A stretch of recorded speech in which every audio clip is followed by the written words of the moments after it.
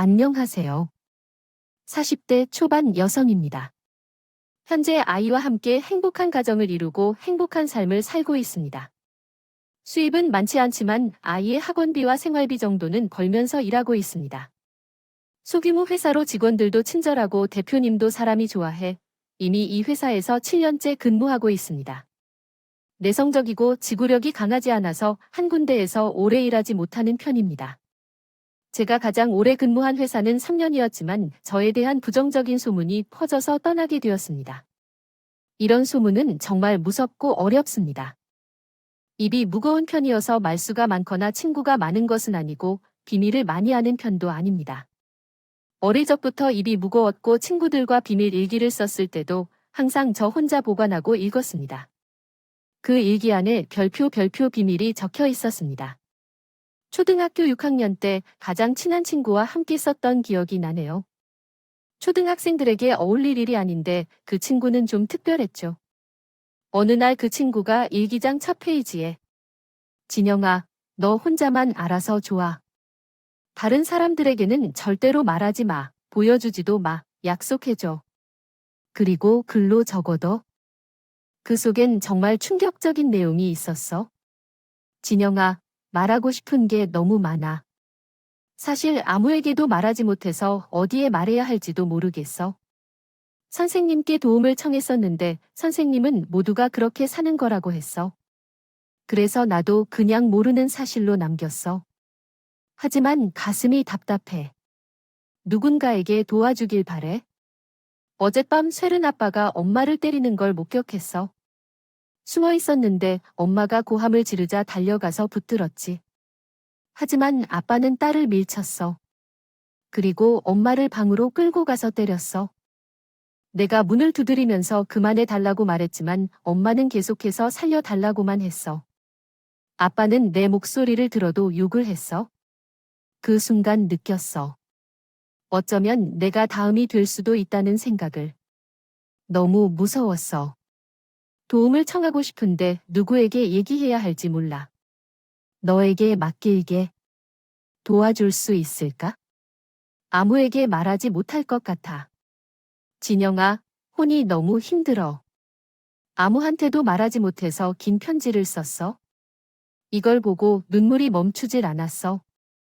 처음부터 끝까지 읽자마자 화장실로 달려가 몰래 읽었어. 정말, 그걸. 내가 어렸을 때 그 편지를 읽고 몰랐지만 둘 사이에 있던 일이 어떻게 진행되었는지 이제는 알고 있습니다.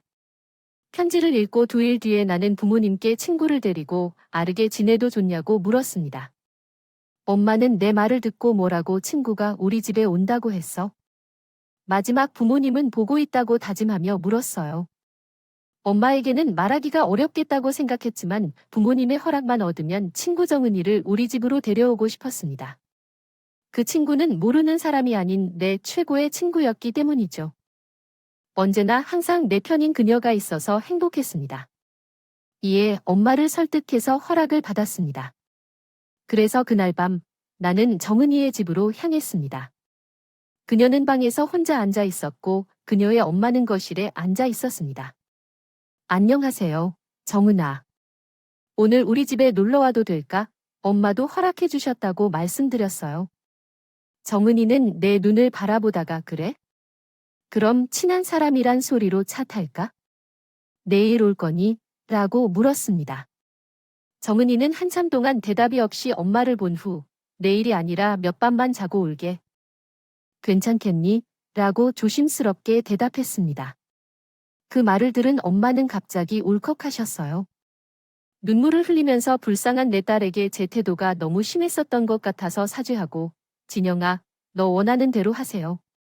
정은아, 정말 유감스러워요. 엄마에게는 곧 인사를 전해드리게 할게요. 정은은 손을 잡고 우리 참 운이 좀 부탁해 하면서 이렇게 말했어요.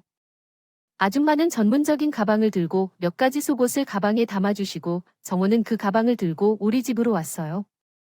그런데 엄마가 정은이를 보자마자 깜짝 놀랐어요. 정은아, 누구에게 맞았니? 하고 말했지요. 제가 모른 채 했고 정은도 대답을 안 했어요. 엄마는 정은이의 몸을 만지며 이게 무슨 진상이야, 정은아. 너 여기가 왜 이렇게 부었지? 얼굴은 왜 그래? 진영아, 너 엄마한테 왜 말 안 했어? 이렇게 힘겨운데 왜 말을 안 했어? 하고 화를 내며 저를 혼내더라고요. 그걸 들은 제 친구가 아줌마, 이거 진영이 잘못 아니에요.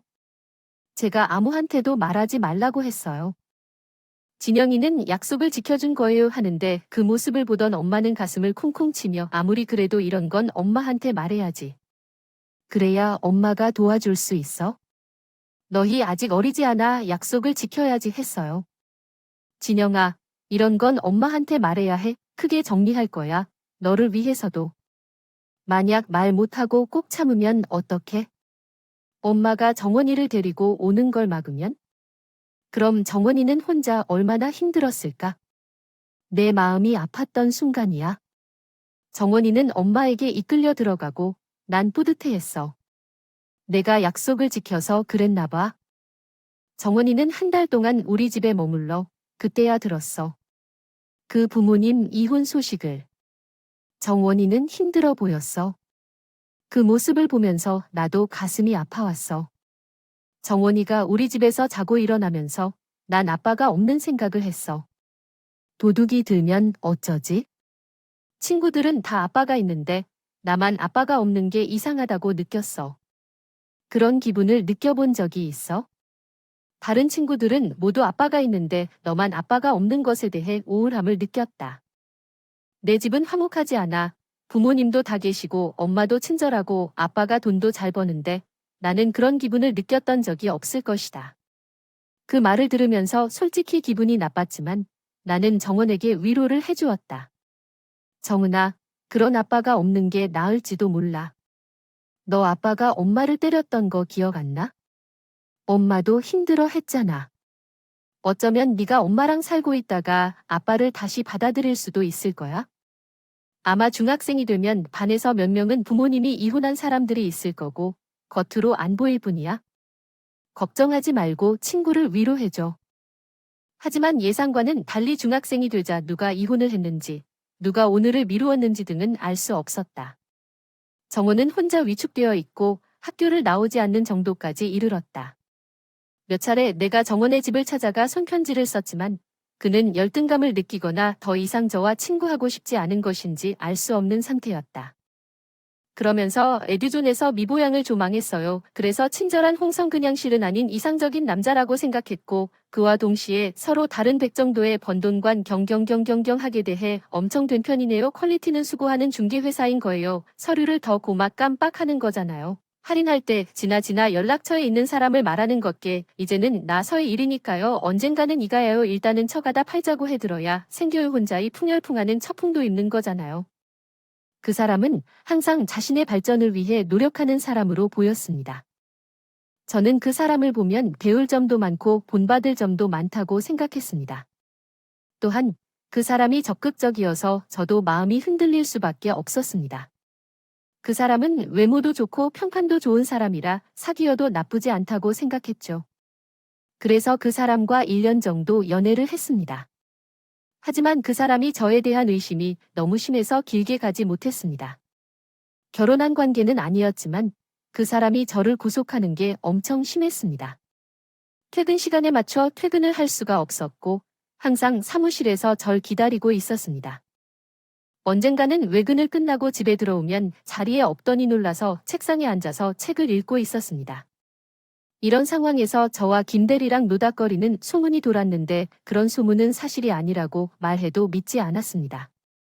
기껏해야 나쁜 소문은 피할 수는 없는데 정작 오히려 관심이 더 많았던 게 그 사람의 의심이었습니다. 굴뚝에 연기 나는 일은 없어 당신이 정직하면 그런 소문은 나지 않을 테니까요. 아마 몰래 김대리와 관계를 가지고 있지 않을까요? 미쳤다고요. 말도 안 되는 소리네요. 김대리는 이미 부인이 있고 혼전 임신해서도 아이가 있어요. 사람들이 그런 소문을 퍼뜨리는 것일 뿐이에요. 여러분의 이야기가 웃길 뿐이고 그런 소문을 믿는 건 얼마나 어리석은지요. 여러분은 김대리와 1년째 연애 중이라고요. 어쩌면 믿어줄 만한 증명이 필요한 건지 몰라요. 그건 병이에요. 김대리와 아무런 특별한 관계도 없는데 업무가 끝나면 바로 사무실로 들어와요. 여러분이 싫다고 해도 바로 퇴근하여 집에 가지 않고 사무실에 머무르고 전화하면 즉각 받아요. 어떻게 해야 하는지 난처해요. 꼭 관을 끊어야 믿어줄까요? 이런 말은 무슨 소리예요? 제 정신이라면 계속 싸워야 할 것 같아요. 억울하고 날 믿어주지 않는다는 생각이 들지만 저희가 뭘 하든 남자친구는 늘 의심스러워해요. 그가 제 집 앞에서 계속 기다리는 걸 보면 제가 다시 나가는지 조사해보기까지 하고 있는데 그 안상 할 수밖에 없어 보이는 건 정말 속상해요. 신념을 되찾으려 노력할수록 남자친구는 더욱 강하게 의심해요. 그의 행동이 이해가 안 가요. 결혼할 일이 아직 아니라 그런 행동을 보이는지도 모르겠어요. 단지 결혼하지 않고 헤어지는 것만 생각했다면 너무 심하게 잘해주겠어. 그렇게 애쓰지 않아도 꽤 그렇게 나를 찾아와서 보복할까봐 크게 걱정돼. 남녀 사인이 중요하지만 헤어짐도 정말 중요해. 엄마가 그렇게 말하길래 그럴 거야? 정말 중요하단다. 솔직히 이 사람과 결혼까지 생각한 적은 없었는데 헤어질 때도 생각해 본 적이 없었어. 내 생각에는 결국 헤어질 것 같아서 생각했고 결국 그 생각이 들자마자 이틀 뒤 그 사람에게 이별을 말했어. 역시 엄마가 말했던 대로 그 사람은 화를 못 참더라. 일 중 하나가 머릿속에 남아. 그 사람에게 헤어지자고 말했을 때 바닥에 침을 뱉으면서 너 웃긴다. 아무것도 없는 여자랑 1년이나 사귀었는데 뭐 헤어져? 너 지금 정신이냐? 뭔 무슨 이유로 헤어져야 돼? 네가 나한테 헤어지자고 해야지. 왜 몰래 나한테 헤어지자고 하는 건데? 하는 식으로 까가내리는 말을 했어. 나도 더 이상 그 말에 대답하지 않을 가치가 없다고 생각해서 아무 말이나 안 했는데 그때 갑자기 뒤통수를 때리는 충격으로 그 자리에서 쓰러졌어. 그 사람이 너무 화가 났는지 나한테 대머리를 한 것이었어. 그 자리에서 바로 기절했고 주변 사람들의 신고로 병원으로 실려갔습니다. 눈을 떠보니 어머니가 울면서 나의 손을 잡고 있었어요. 뒤통수에 상처를 입어 육바늘을 꽂아야 했고 혈관이나 뇌를 건드리지 않아서 정말 다행이었습니다. 이런 일이 일어날 줄은 전혀 예상하지 못했어요. 무의식 중에 머리카락을 잘라 맞아 있었고 머리가 어지러웠어요. 그 후로 남자를 피해 다니며 연애는 물론이고 회사에서도 병가를 내고 결국은 남자친구가 계속 다닌다는 사실을 알게 되어 사직서를 내야 했어요. 얼굴을 보거나 만나기 힘들었고 그렇게 한 1년 가까이 다닌 회사를 그만두었어요. 취직도 못하고 무서워서 밖에 나갈 수가 없었어요. 부모님은 일을 참다 결국 집을 이사해야 했고 그런 결정이 정말 어려웠어요. 정말 미안해서 독립을 생각했지만 부모님의 반대로 그렇게 하지 못했습니다. 그 이후로 정신과 상담을 받으며 외상 후 스트레스 장애를 진단받아 약을 복용했어요. 20대 중반 여성이 부모님 품 안에서 사는 것은 흔치 않았고 그것도 두렵고 안정적이지 않았습니다. 몇몇 친구들이 결혼까지 했지만 나는 혼자였다. 혼자 방에서 시간을 보내고 있을 때 어린 시절 친구인 정은이가 연락을 줬다. 내 번호를 힘들게 찾아서 전화했고 정은이는 내 동네로 와서 커피를 마시며 옛 이야기를 했다.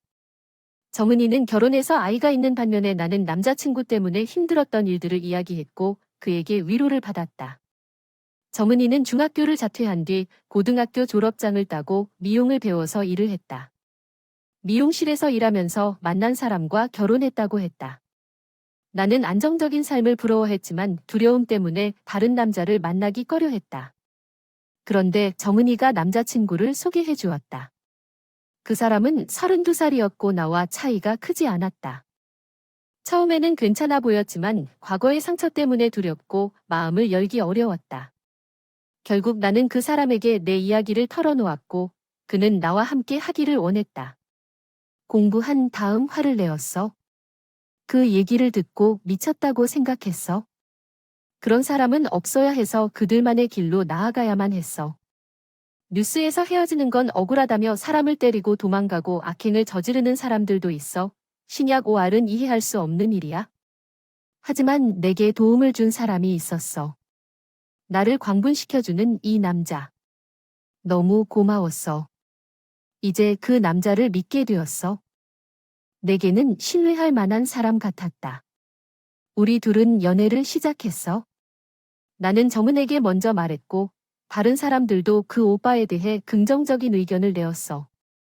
그는 돈을 벌고 집이 부자는 아니지만 성실한 사람 같아 보였고 여자친구를 30세 이상까지 사귀어 본 적이 없었어.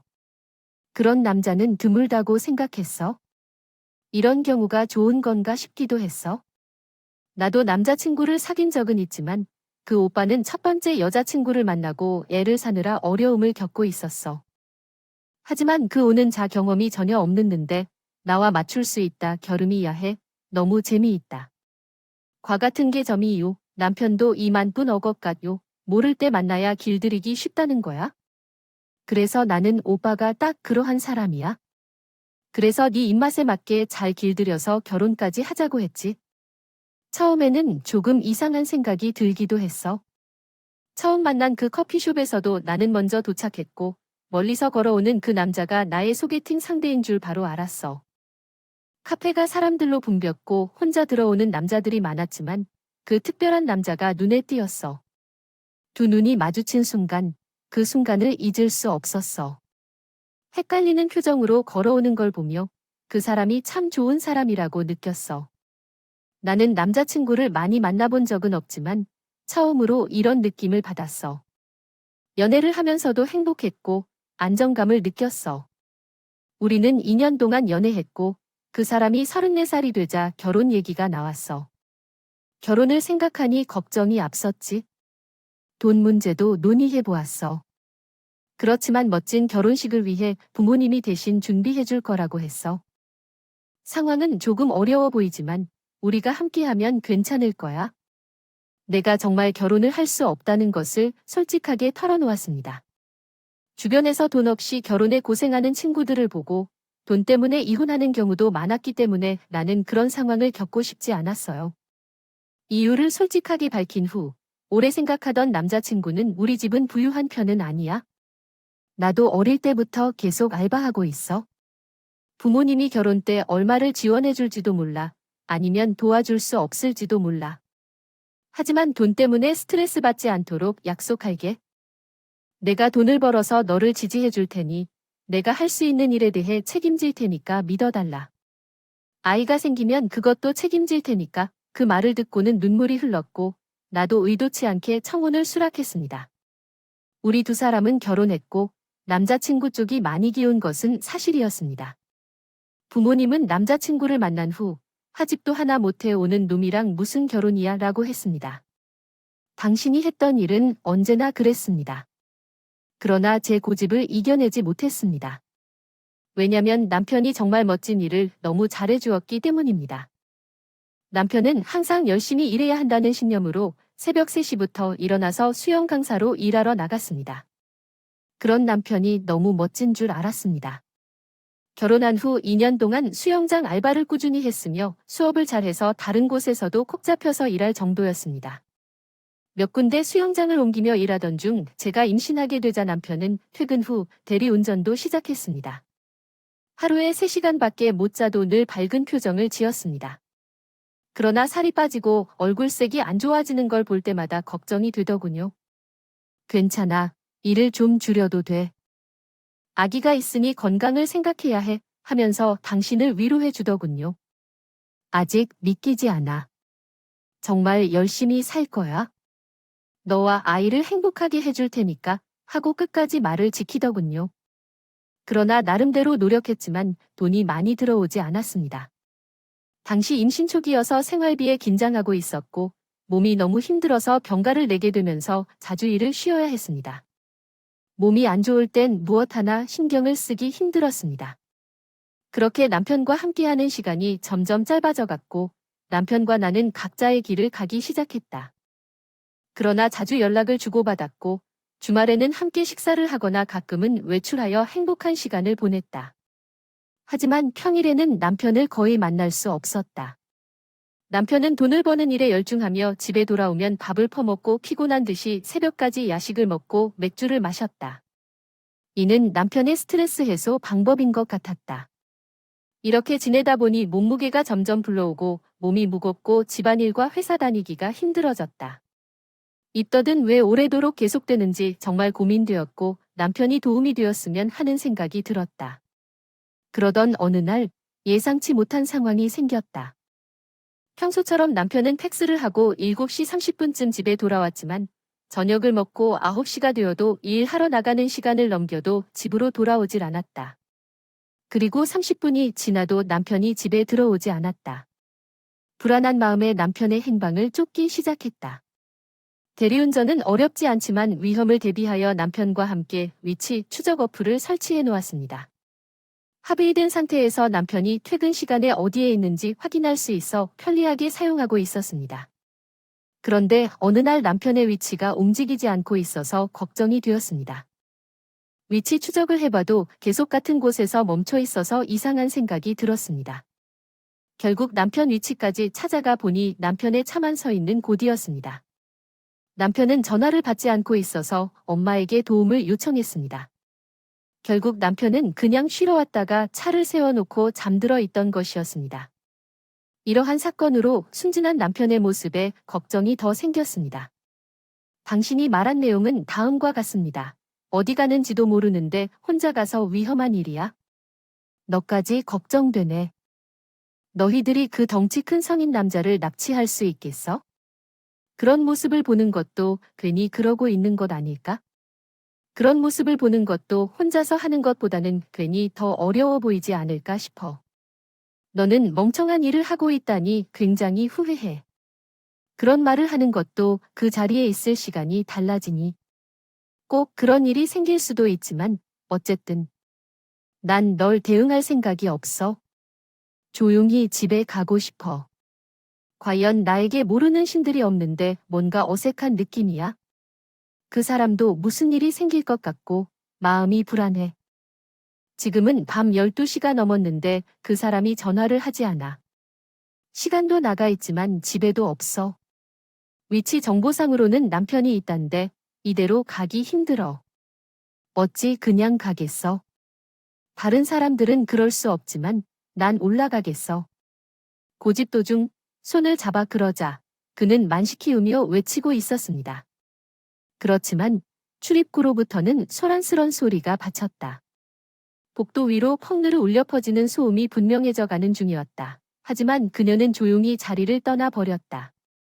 아무런 소리도 내지 않았지만 그녀의 심정은 분명히 들어왔다. 그녀는 더 이상 남편에게 시간을 기다릴 수 없었다. 그녀의 마음속에는 이미 결정이 내려진 것이었다. 남편은 그녀를 이해하지 못했을 것이다. 하지만 그녀는 이제 더 이상 그의 곁에 머물러 있을 수 없었다. 이별은 아플지 몰라도 그녀에게는 더 나은 선택이었다. 아마 그녀는 새로운 시작을 꿈꿔왔을 것이다. 함께한 시간이 길었기에 더욱 아플지 모르겠지만 결국 그녀는 자신을 위해 새로운 길을 선택한 것이다. 이제 그녀의 미래는 무엇이 될지 그녀만이 알고 있을 것이다. 내가 줬다고 해놓고 당신 지금 어떻게 하고 있어? 그 여자랑 계속 함께 있네? 난 더 이상 당신과 함께 살 생각 없어. 내 마음도 재정비하고 새로 시작하고 싶어. 당신이 낳게 해줬지만 나는 어머니로 살 생각 없어. 그러니까 제발 나를 데려가 주세요. 나는 진짜로 여러분에게 부탁하고 싶어. 제발 좀 데려가 주세요. 큰 소리로 소리쳤어요. 그리고 제가 계단을 한층 더 올라가니 남편이 바닥에 무릎을 꿇고 있고 여자가 갓난아이를 안고서 그 자리에 있었어요. 내 눈앞이 깜깜해졌어요. 남편은 고개를 푹 숙이고 울면서 미안하다고 하더라고요. 내가 어떻게든 책임지겠어. 나에게 시간을 좀 줘. 6개월이나 3개월이나 시간을 좀 줘. 그는 눈물을 흘리며 말했고 여자는 아기를 안고 울면서 문을 닫고 사라져 버렸어요.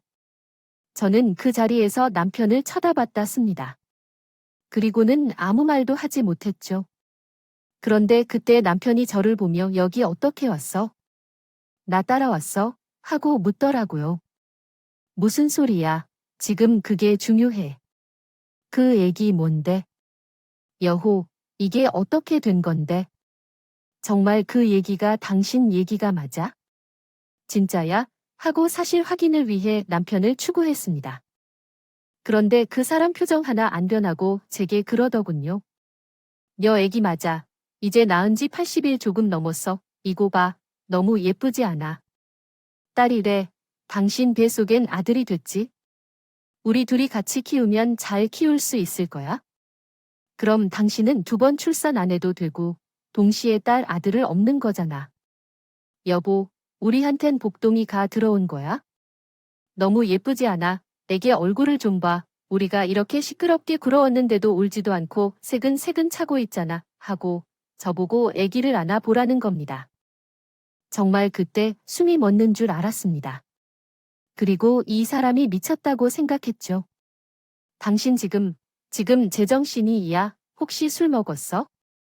아니면 뭐 내가 모르는 무슨 일이 아니? 지금 이게 중요한 게 아니지. 문 좀 열어봐요. 하고 저는 그 여자가 있는 집의 문을 두들겼습니다. 남편은 저를 막아 서더니 왜 이를 진짜 당신 미쳤어? 아오이는 무고한 사람에게 화를 내고 끌고 가서 얘기를 했습니다. 이 사람은 제게 임신 중이라는 것을 이해하지 못했고 손목을 꽉 잡아 내려가려 했습니다. 넘어질까 무서웠습니다. 그렇게 다른 여자가 낳은 아이를 품에 안고 집에 돌아왔습니다. 그 후 엄마를 불러 아이를 보고 놀랐습니다. 미쳤어. 당장 칼나서 라고 말했습니다. 남편은 이해하지 못한 채 눈빛을 보냈습니다. 다음 날 우리는 댁에 가서 사실을 밝혔습니다. 부모님은 용서해 주셨고 이혼을 하는 것으로 합의했습니다. 그 후로 갓난아이는 시부모님과 남편이 키우기로 했습니다. 저는 남편과 이혼 후 아이를 낳았습니다. 저녁에 대리운전 알바를 하면서 같이 시간을 보낸 여자가 있었어요. 저는 그런 것도 모르고 남편이 정말 힘들게 일하고 있다고 생각했죠. 그래서 어떻게든 집안을 도와주고 싶어서 친정에서 돈을 받아오기도 하고 생필품도 가져왔는데 이 모든 것이 헛수고로 끝나버렸다는 생각이 들어 너무 아쉽고 아빠 없이 아이를 키우는 것에 대해 겁이 많이 났습니다. 그런데 그 여자와 보낸 그날의 일이 계속 떠올라 남편과 한 침대에서 자는 것도 힘들어졌어요. 결국은 혼자 아이를 키우는 게 나을 것 같다는 결심을 내렸고 결혼 3년 만에 남편과 이혼했습니다. 위자료나 어떤 혜택도 받지 않고 합의 이혼을 택했죠. 이 이야기를 주변에서 들었을 때는 많은 이들이 소송을 거는 것이 맞다거나 위자료를 청구해야 한다는 등의 이야기가 많았지만 전 그런 것에는 관심이 없었습니다. 아이를 키우느라 이미 힘든데 더 그런 일에 신경 쓸 여유가 없었거든요. 그저 그 사람과 탈퇴해 다시 시작하고 싶었습니다. 그렇게 혼자 아이를 5년 동안 키워왔는데 현재 제가 일하고 있는 회사의 과장님과의 관계가 좋아지면서 재차 행복을 맛보게 되었습니다. 그분도 예전에는 고향에서 홀로 살고 계셨고 아이를 키우지 않았지만 제가 아이를 키우는데 양해를 주고 지지해 주었던 분이었죠. 솔직히 제 혼도 두려웠습니다. 인생에서 남자는 더 이상 없다고 생각했는데 또 이렇게 좋은 남자가 나타나서 가정을 꾸린 걸 보니 어떻게든 만나는 사람은 만난다고 생각이 들어요. 감사하게도 아이 역시 아빠라고 잘 불러주고 전 남편과의 교류는 전혀 하지 않고 있어요. 사실 이 방법이 맞는지도 모르겠어요. 세상에 정답이 없는 것처럼 제 인생에도 정답이 없는 것 같다는 생각이 들어요. 다만 지금 제가 생각하는 건 현실을 살아가는 이 순간 최선을 다해 살고 후회 없이 사는 것, 그리고 누군가에게 피해를 끼치지 않는 것이 제일 중요하다고 생각해요. 적어도 전 남편이 제게 했던 것처럼 한 사람의 인생에 상처를 주지 않는 마음으로 살아가고 싶어요. 불행할지언정 다른 사람에게 피해를 주지 않고 살도록 노력할 거예요. 긴 이야기 들어주셔서 감사합니다.